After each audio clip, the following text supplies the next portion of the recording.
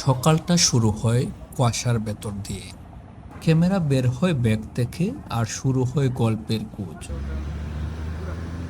আলো ছায়া আর সময় সবকিছুর সঙ্গে যুদ্ধ করে আমরা খুঁজি সেই এক একটা নিখুঁত মুহূর্ত।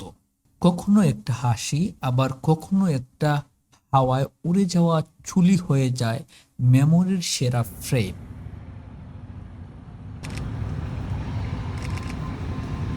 পিছনে অনেক গাম, মাটি, ধুলো, কিন্তু ক্যামেরার সামনে সবকিছুই শুধু সৌন্দর্য।